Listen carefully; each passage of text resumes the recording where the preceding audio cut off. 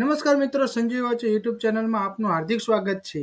ભારતીય રેલવે દ્વારા RPF railway protection ફોર્સની ભરતી બહાર પાડવામાં આવેલી છે, જેમાં કોન્સ્ટેબલ એક્ઝિક્યુટિવની ભરતી બહાર પાડવામાં આવેલી છે। આજે આપણે આ વિડીયોમાં કેટલી જગ્યાઓ પર ભરતી બહાર પાડવામાં આવેલી છે, ભરતી માટે શું શું લાયકાત છે, કઈ રીતની પ્રોસેસ છે, તે તમામ માહિતી આપણે આજના વિડીયોમાં મેળવશું। તો આરપીએફ 0.2/2024 ઓપનિંગ ડેટ એપ્લિકેશન ક્યારે શરૂઆત થશે તો કે 15/4/2024 ના રોજ એપ્લિકેશન કરવાનું શરૂઆત થઈ ચૂકે થશે, એટલે કે આજે આપણે શરૂઆત થઈ ચૂકી છે। હવે આ એપ્લિકેશનની લાસ્ટ ડેટ કઈ છે તો કે 14/5/2024 રાતના 12 વાગ્યા સુધી તમે એપ્લિકેશન કરી શકો છો, એટલે કે અરજી કરી શકો છો।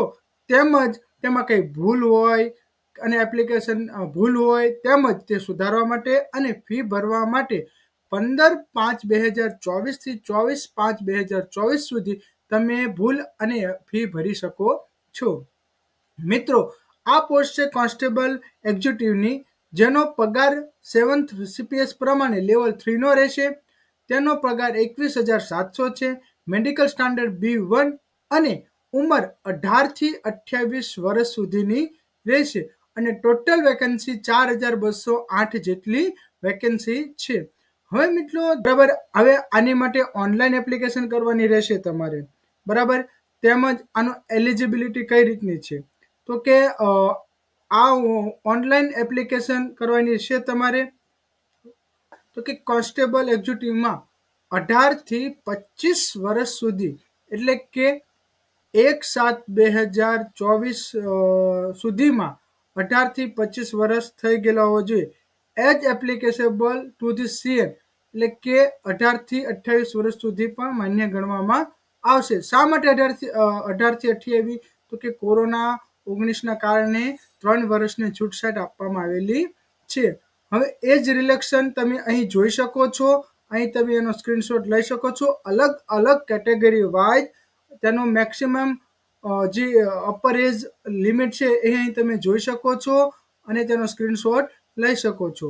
હવે જોઈએ ખાસ તો કે આપણે આનો કઈ રીતનું ગણવાનું રહેશે તો કે આપણે જોઈએ તો કે ડેટ ઓફ બર્થ, તો કે મિત્રો 18 થી 28 એટલે કે upper limit of the date of birth, એટલે કે અનરિઝર્વ કેટેગરી EWS વાળા 2/7/1996 માં જો જન્મ્યા હોય ત્યાં એ પહેલાની તારીખમાં તો તે માન્ય ગણાશે। ઓબીસી કેટેગરી વાળા નોન ક્રિમિનલ વાળા 2/7/1993 તેમજ SC કેટેગરી વાળા 2/7/1991 અને બાકીની ઓલ કેન્ડિડેટ 1/7/2006 સુધીની જન્મ તારીખ માન્ય ગણવામાં આવશે। ત્યારબાદ જોઈએ તો કે આનું એજ્યુકેશન ક્વોલિફિકેશન શું રહેશે તો મિત્રો, ફોર ઓલ કેન્ડિડેટ્સ કે જે SC ST ex serviceman, female, minorities or economic backward ક્લાસમાં નથી આવતા તે તમામ કેન્ડિડેટને 500 રૂપિયા ફી રહેશે। તેમજ તે સિવાયના SC ST ex serviceman, female, minorities or EBSC કેન્ડિડેટને 250 રૂપિયા ફી રહેશે।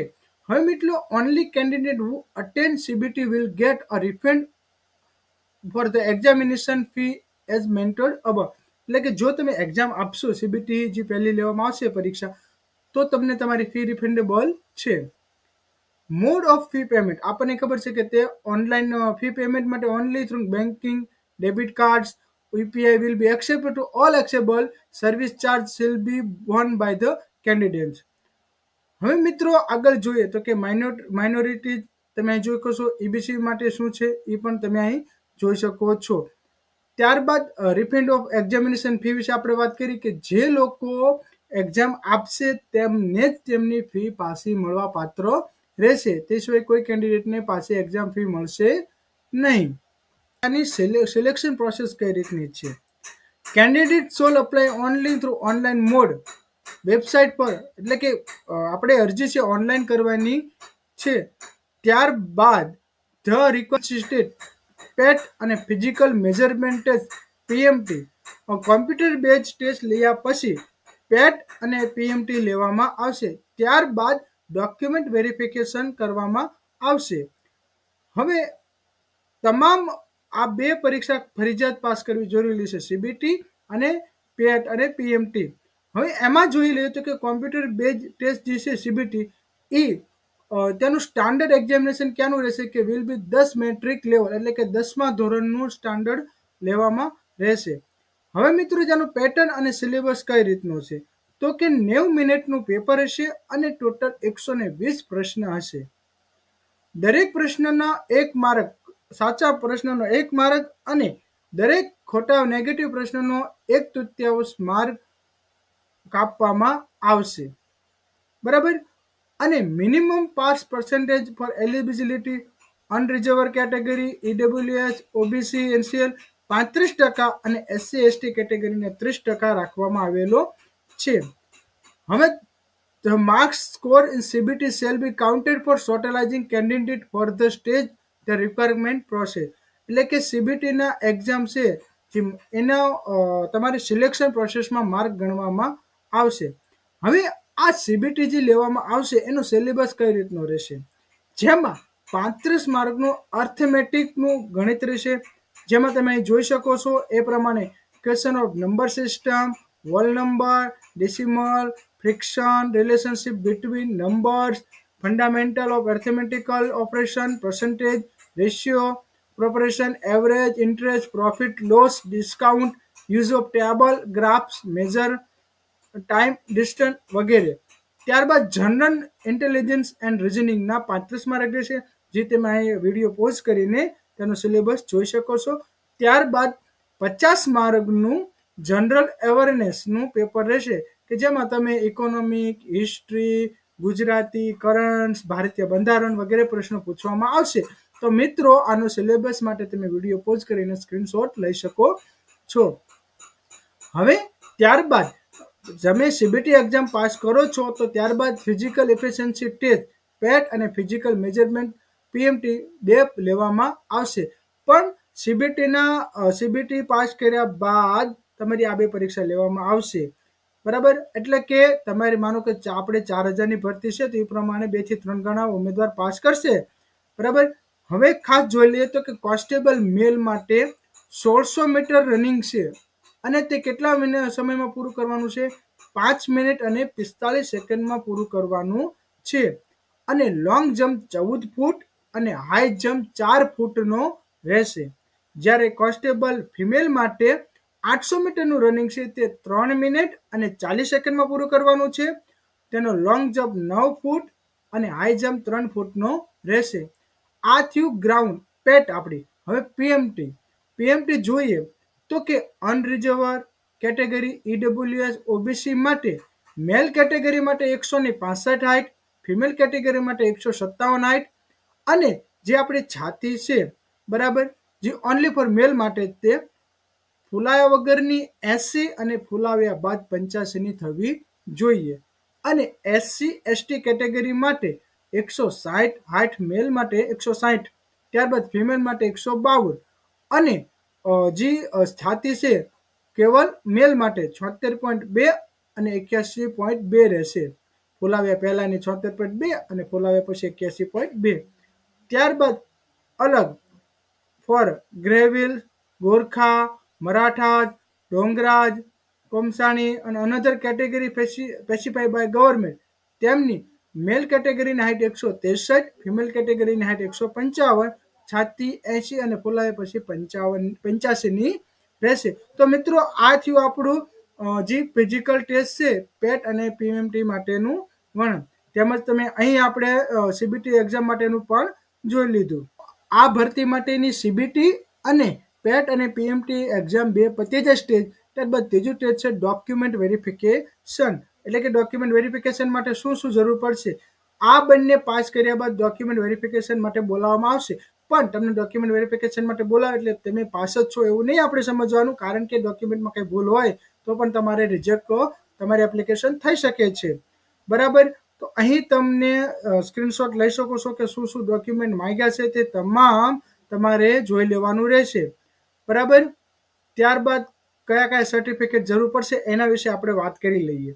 તો કે 10 પાસ અથવા તેને સમકક્ષ કોઈ proof of age, 10 pass certificate of proof of education qualification. Caste certificate, જો તમારે SC ST અને OBC ના કેન્ડિડેટ માટે caste certificate, discharge certificate for ex serviceman માટે discharge certificate, 2 copies of cell attached color photograph, non objection certificate, NOC from present employer case service government, જે government સરકારી નોકરી કરતા હોય તેમના માટે નો ઓબ્જેક્શન એટલે NOC પણ જરૂર પડશે. ડોમિસાઇલ સર્ટિફિકેટ દરેક ઉમેદવારની જરૂર પડશે, બરાબર. અને ઇકોનોમિકલી વીકર સેક્શન EWS નું સર્ટિફિકેટ ફરજિયાત જરૂર પડશે. PMT પૂરું થાય, ત્રીજું સ્ટેપ આપણું ડોક્યુમેન્ટ વેરિફિકેશન પતી જાય, તો ચોથું સ્ટેપ છે મેડિકલ એક્ઝામિનેશન. જે લોકોનું ડોક્યુમેન્ટ વેરિફિકેશન કમ્પ્લીટ થશે તેમને મેડિકલ એક્ઝામિનેશન માટે લઈ જવામાં આવશે રેલવે હોસ્પિટલમાં, અને મેડિકલ કેટેગરી B1 મુજબ તેમનું મેડિકલ એક્ઝામિનેશન કરવામાં આવશે. ખાસ તેમાં શું શું ન હોવું જોઈએ એ આપણે જોઈ લઈએ.